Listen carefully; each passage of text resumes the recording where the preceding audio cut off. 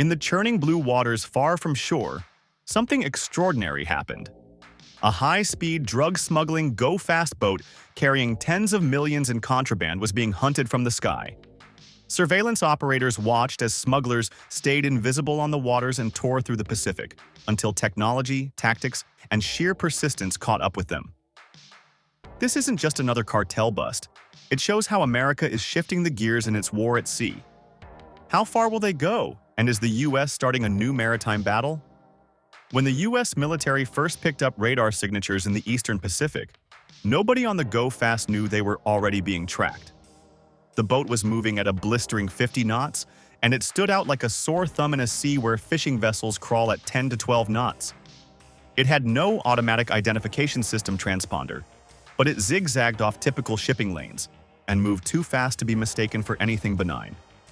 Up above, at 25,000 feet, an HC-130J Super Hercules circled. For hours, it monitored from high altitude, using the AN/APS-154 radar to sweep a 200-mile radius, picking up hundreds of contacts, but one in particular flagged, which is the fast vessel.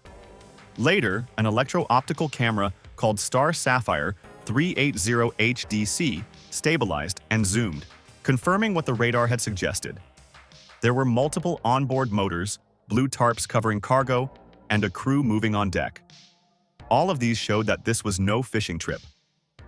The cutter Kimball, patrolling in those areas, was too far away to intercept directly. Its max speed was barely mid-20s in knots, leaving too large a gap. Time and distance was in the favor of the pursuers as they took advantage of their tactical assets. The U.S. decided to launch the MH-65E helicopter, flown by the Coast Guard's Hitron crew. Hitron is known as an elite aerial law enforcement asset that's trained in taking down fast boats and disabling engines from moving aircraft in harsh ocean environments. As the helicopter approached, it dropped lower and closed in on the stern of the Go Fast. First came the non-violent tools: loudspeaker commands, sirens, warnings in English and Spanish telling them to stop the vessel and prepare for boarding. But the smugglers kept going. 15 minutes passed, and the visual signals and noise made no difference. After all, the U.S. could only make a move if they didn't comply. As you can guess, they didn't comply, causing the situation to escalate. That escalation came through warning shots, as the M240B machine gun burst into the water ahead of the vessel, meant to demonstrate seriousness. Still, the cartel boat refused to slow down. The smugglers decided to push further, with full throttle on 4 Mercury outboards, racing against physics towards fuel limits. They seemed to be going for a rendezvous with a mothership that they hoped would save them. Since they refused to cooperate, the U.S. authorized the helicopter to use force. The Hitron gunner switched to a Barrett M107.50 BMG semi-auto anti-materiel rifle. This weapon is nearly overkill in many situations, but in this case, it was more about precision. They focused on disabling the engine without sinking the boat so that they can preserve evidence and avoid collateral damage. One by one, they struck the engines. Each shot dropped more speed until finally, the 4th engine snuffed out the last thrust. The Go Fast lost maneuverability, limped in the swells, and then floated dead in the water. While the helicopter maintained overwatch, the Kimball closed in. From its deck launched 2 rigid inflatable boats, loaded with tactical law enforcement team South operators and well-armed armored, trained for boardings in non-permissive, dangerous situations. They executed a pincer approach, closing in from the port and starboard while maintaining a safe yet coercive distance. They commanded them to surrender, weapons to bear, and orders in Spanish. Hands up, get on your knees. The 5 smugglers had no room to run away, as they were exposed and cornered with no engines and no escape. Their cargo was seized, and their vessel was a stateless boat, becoming unusable. There was a lot of evidence and contraband on that cartel boat, and once they felt like there was nowhere to go, they decided to burn it. Accelerant across deck and hull, a flare to ignite, the Go Fast turned into a costly bonfire. Hours later, it burned and sank. The smugglers and contraband were transported to the nearest U.S. port, the evidence processed, arrests made, charges to follow. But this wasn't the only operation where the U.S. stopped a cartel boat in a swift movement.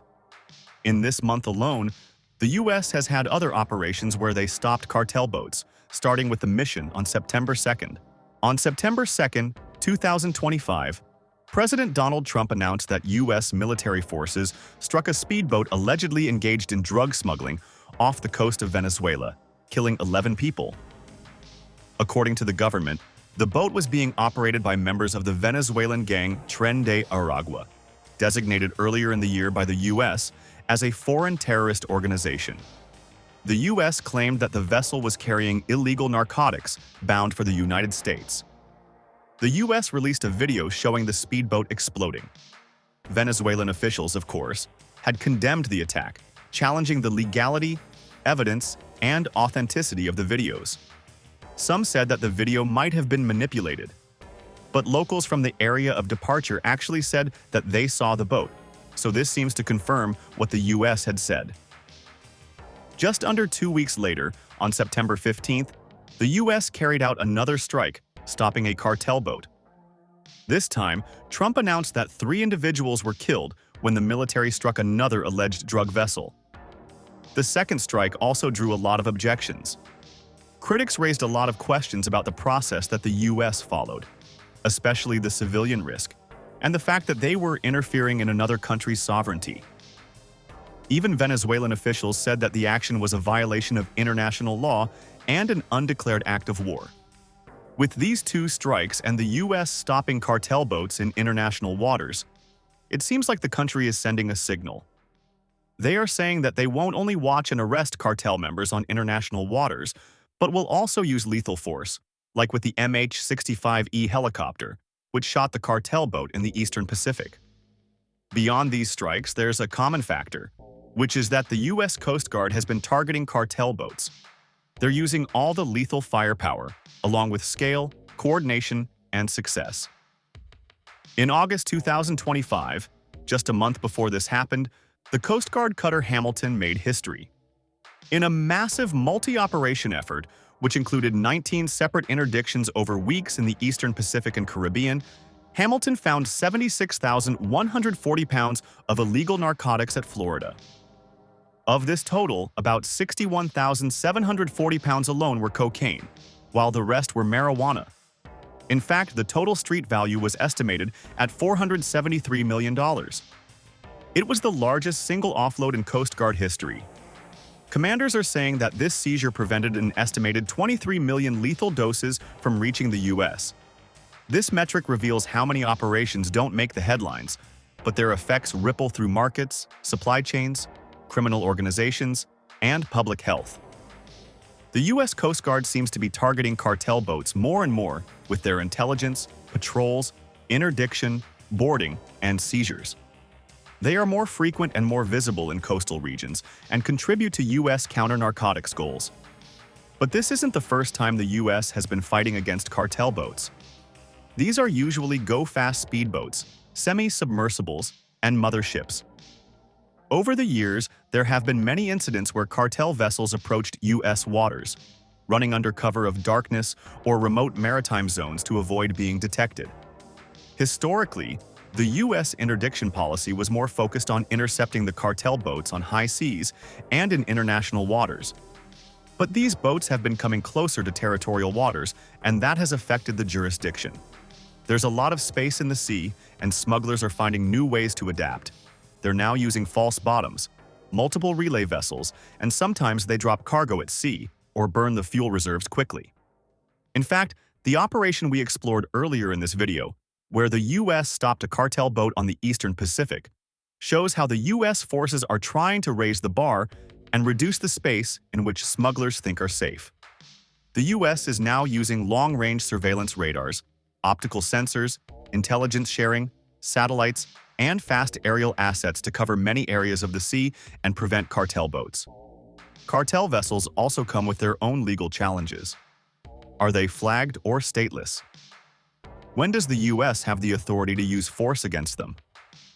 What counts as evidence of their criminal activity before deadly force? These operations with the U.S. against cartel boats in 2025 show that the U.S. is treating the cartel boats as potential battlefields in the international drug war strategy. To show how serious they've been taking it, Trump has told the Coast Guard, Navy, and rest of the military to target drug cartels. Under Trump's administration, the U.S. is seeing different drug cartels, especially those in Venezuela like Cartel of the Suns and Tren de Aragua, not just as criminal syndicates but as terrorist or paramilitary threats. Earlier in 2025, the U.S. officially classified some Venezuelan cartels as foreign terrorist organizations. This way, Trump's administration has the legal cover to use military force on these cartel boats, including lethal strikes in international waters.